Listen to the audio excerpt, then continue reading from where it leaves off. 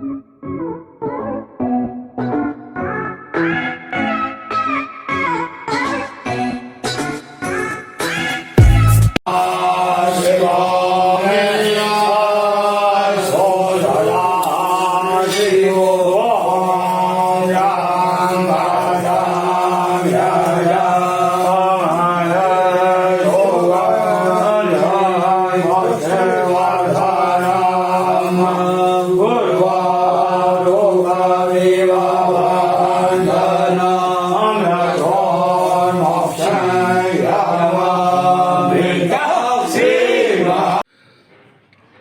मैं आपको केरल राज्य की यात्रा के बारे में बोलने जा रहा हूँ।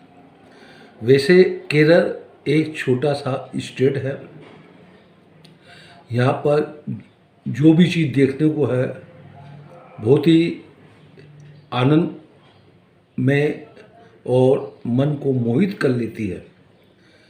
चूँकि केरल की भाषा और हिंदी स्पीकिंग की भाषा में अंतर होने के कारण थोड़ी परेशानी होती है, लेकिन बाकी देखा जाए जो आनंद वहाँ पर मिलता है घूमने में उसका कोई बराबरी नहीं है।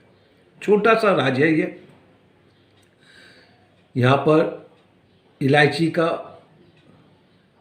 कॉफ़ी का, चाय का, डाब का, दालचीनी और भी मसालों, गोल मिर्च, काली मिर्च की पैदावार बहुत काफ़ी मात्रा में होती है। विशेषकर यहाँ पर डाब खूब होते हैं। समुद्र से पानी का कटाव शहर की ओर रहता है और छोटे छोटे शहर बसे हुए हैं।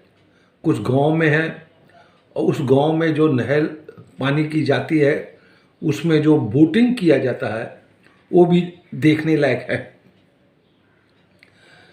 सर्वप्रथम मैं आपको केरल की राजधानी त्रिवेंद्रम की बात करता हूँ।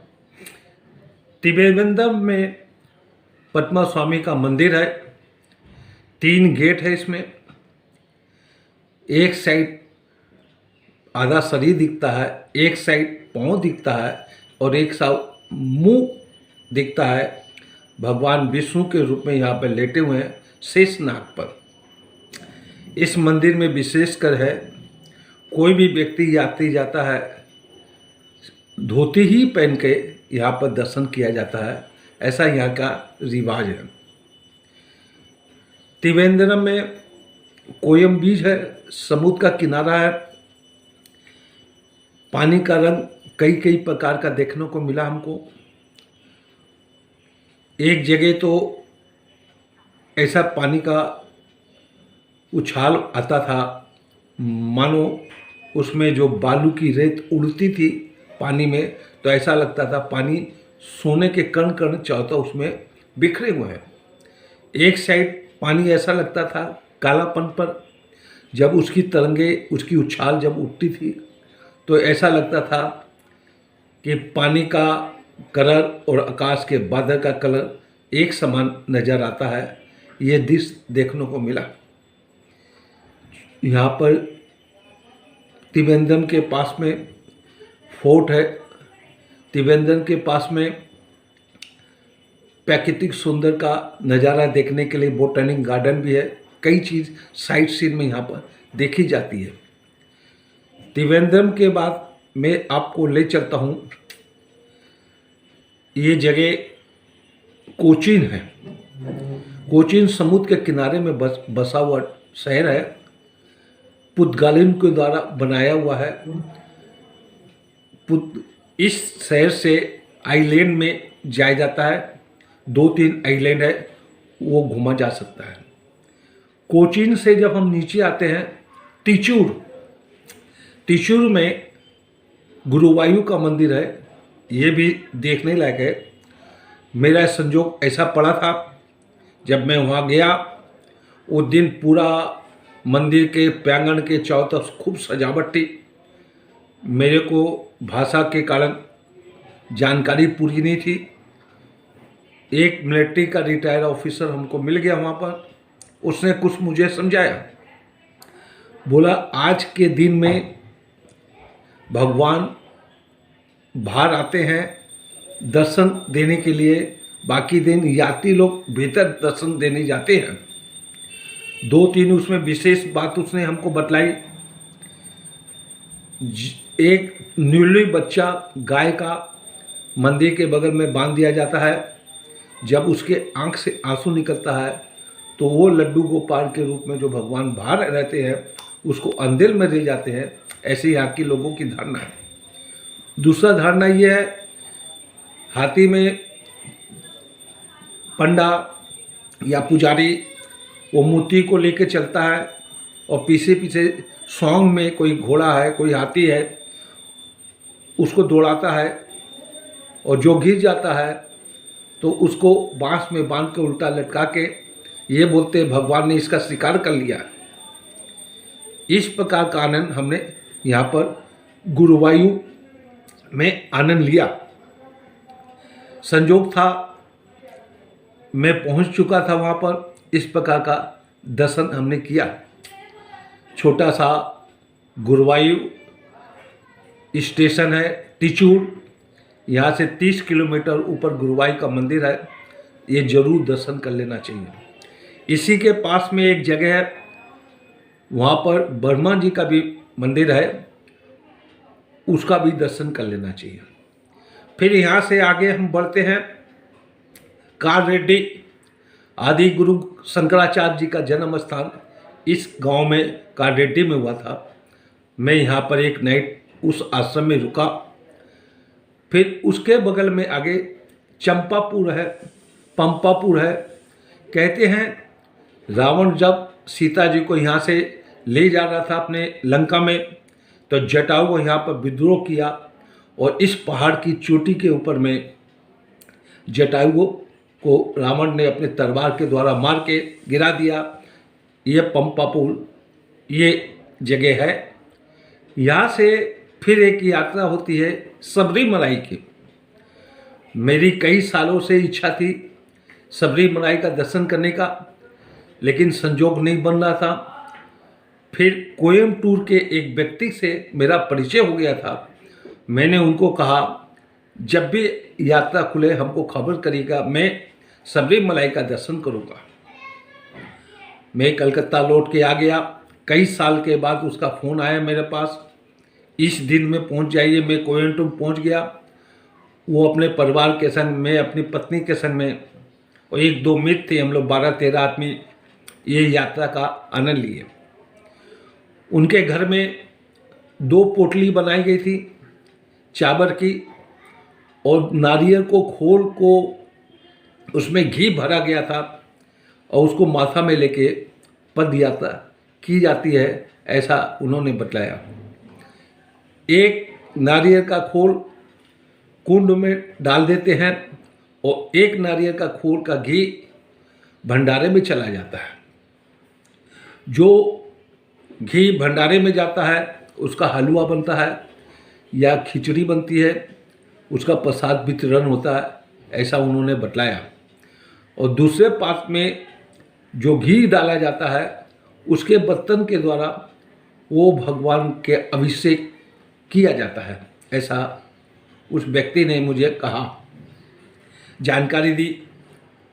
नीचे से हम लोग ऊपर जब चढ़े मंदिर की ओर, पथरीली रास्ता, पहाड़ी रास्ता, उबड़ खाबड़ रास्ता, सीढ़ियाँ भी बनी हुई थी, असुविधा भी हो रही थी, लेकिन मन में लगन था दर्शन करना। ये सबरीमलाई है तो क्या है, विशेषकर यहाँ पर ये है जो महिला महीने से हो जाती है उनको दर्शन नहीं किया जाता है, या तो कुंवारी लड़की को ही दर्शन किया जाता है, या जो पीरियड से लेडीज नहीं होती है उनको दर्शन दिया जाता है, ऐसा पुजारी के द्वारा वहाँ पर मुझे जानकारी प्राप्त हुई। ये यात्रा में 2012 को किया था। उस समय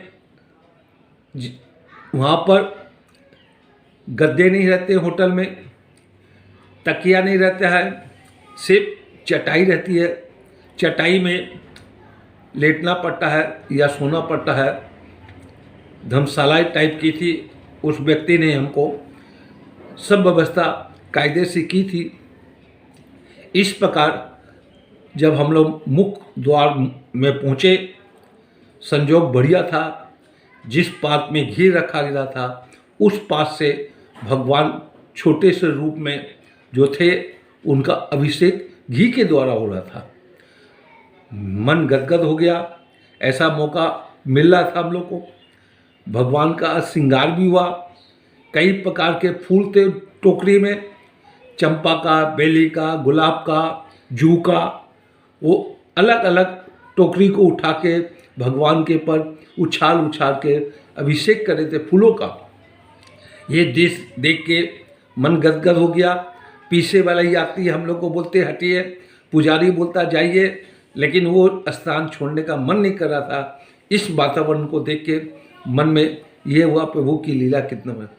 बाद में मेरे को जानकारी मालूम पड़ी कि ये हरि का भगवान का मंदिर है। हर हरि माने हरि भगवान का मंदिर है। इसमें बहुत परहेज है, बहुत नियम है, बहुत अनुशासन से ही खाने का पीने का जो यात्रा करता है वो जानता है, और बड़ा नियम कानून कठिन है। मुझे इतनी जानकारी नहीं थी। वो व्यक्ति के द्वारा बतलाया जा रहा था कि यहाँ पर ऐसा नियम है, ऐसा कानून है, सादगी से रहना, खाना नहीं खाना, फलों पर रहना। जब यात्रा करते हैं पैदल यात्रा, उन लोग को बड़ा परहेज करना पड़ता है। बाकी जो भी हो, मंदिर छोटा सा था, चारों तरफ पहाड़ों से घिरा हुआ था। बीच में मंदिर साधारण था, लेकिन भगवान की जो मूर्ति थी वो लुभान्वित हो रही थी। और जिस प्रकार से उनका पूजा हुआ, अभिषेक हुआ, वो हम लोग दृश्य देखे। पुजारी ने हमसे पूछा कि आपके संग में जो है वो कौन है। अब मैंने कहा मेरी धर्मपत्नी है। तब उन्होंने अब उनसे हमारे दोस्त से बोला, तब दोस्त ने बोला नहीं, इनकी उम्र 62 साल से ऊपर हो गई है, यह महीने से नहीं है, इसलिए इनको अलाउ करना चाहिए। तो उसने दर्शन करने के लिए अलाउ किया। इस प्रकार की सबरीमलाई की यात्रा मैंने की और इसका आनंद लिया। वैसे केरल और भी बहुत सी जगह यहाँ पर घूमने के लायक है, और यहाँ के लोग साधारण मेहनती, किसी प्रधान देश है यहाँ का, किसी प्रधान राज्य है ये। खेती बाड़ी में सिर्फ धान ही धान होता है, गेहूँ यहाँ होती नहीं पैदावार। और दूसरी बात, जगह जगह सुपारियों के, जगह जगह डाब के, जगह जगह कॉफ़ी और चाय के बागान देखने को मिला। और समुद्र का पानी शहरों के बीच से जब गुजरता था, नहरें बनी हुई थी, वो देख के मन गदगद हो गया। छोटा सा स्टेट देखने के लिए 8 से या 10 दिन आप लगाए तब इसका आनंद ले सकते हैं। केरल और तमिलनाडु के बीच में एक है थेकड़ी, पेरियार, ये भी घूमा जा सकता है। यहाँ पर चाय बागान है, टाटा टी का, मुन्नार, उसमें भी रुका जा सकता है। मेरे को संजोग मिला, 2 नाइट हम लोग मुन्नार चाय बागान में रुके और उसका नज़ारा देखे, किस प्रकार से पत्तियाँ तोड़ी जाती हैं, किस प्रकार से पत्ती की कटिंग हो जाती है, और किस प्रकार से इसका पोषक चाय के रूप में बन जाता है। ये सब वहाँ के एक जान पहचान वही कोयम्बटूर वाले व्यक्ति के द्वारा ये हम लोग को देखने का मौका मिला। पेरियार लेक देखने लायक है। एक झील है, बोट के चारों तरफ वन का घूमना होता है। बोट में चले जाने से कई जानवर हम लोग को देखने को मिले। बड़े जानवर तो देखने को नहीं मिले थे, लेकिन हाँ छोटे जानवर जैसे हिरण है, बत्तख है, तोता है, बुलबुल है, और हाथी का झुंड भी हम लोग को देखा। ऐसा हम लोग को झुंड हम लोग को देखने को हाथी मिला। ये क्या मानो उसमें सिविलाइज होगा जो जानवरों में हम लोग को देखने को मिला। सबसे आगे छोटा हाथी, उसके पीछे एक बड़ा हाथी, उसके पीछे एक बड़ा हाथी, उसके पीछे और एक बड़ा हाथी, ऐसे 5 या 6 लाइन से सिविलाइज चले थे। और उनके माँ बाप नर नारी जो थे वो एक छोटे से बच्चे को बीच में ऐसे ले जा रहे थे जैसे छोटे छोटे बच्चे को गेंद जब देते हैं वो एक पाँव से इधर मारते हैं, एक पाँव से उधर मारते हैं, उसी प्रकार से वो हाथी और हथनी अपने उस बच्चे को अपने पाँव के द्वारा से धीरे धीरे उसको आगे बढ़ा रही थी। ऐसा प्रतीत हो रहा था ये बच्चा नया ही पैदा हुआ होगा, कुछ दिन का ये इस पृथ्वी पर आया होगा। इस प्रकार का सीन देख के मन में ये आया कि ये कितने सिविलाइज और किस ढंग से ये चलते हैं, कुछ शिक्षा मिलती है। मैंने उसका जीवन में उतारने की कोशिश भी की है। तो जीवन में मेरा आप लोग से यही उम्मीद है और यही कहता हूँ, 50 साल के उम्र तक पर्यटन कर लेना चाहिए, चाहे जंगल हो, चाहे पहाड़ हो, चाहे छोटे छोटे हिल स्टेशन हो, चाहे तीर्थ हो, चाहे धर्म स्थल हो। जीवन में भी आनंद लेना है तो इस प्रकार का आनंद लेते रहना चाहिए, तभी जाके मनुष्य योनि सफल होती है। ये मेरा विचार है। अब ये जो केरल की मैंने आपको राज्य के बारे में जो बतलाया, जो मेरे घुमा और जो मेरे को इसका अनुभव हुआ वो मैं बतलाया, आपको पसंद आए उसको सब्सक्राइब कीजिए, फॉरवर्ड करिए। और आगे जो हम बोलूँगा वो बाद में दूसरे स्टेट के बारे में बोलूँगा। मैं आप सबको धन्यवाद देता हूँ। आप मेरे मोबाइल के द्वारा वीडियो को सुनते हैं, मैं बहुत खुश हो जाता हूँ जब मेरे पास लोगों का ये सुझाव आता है कि खंडेलवाल जी आगे आप कौन सा प्रोग्राम देंगे। इसलिए मैं आप सबको धन्यवाद देता हूँ।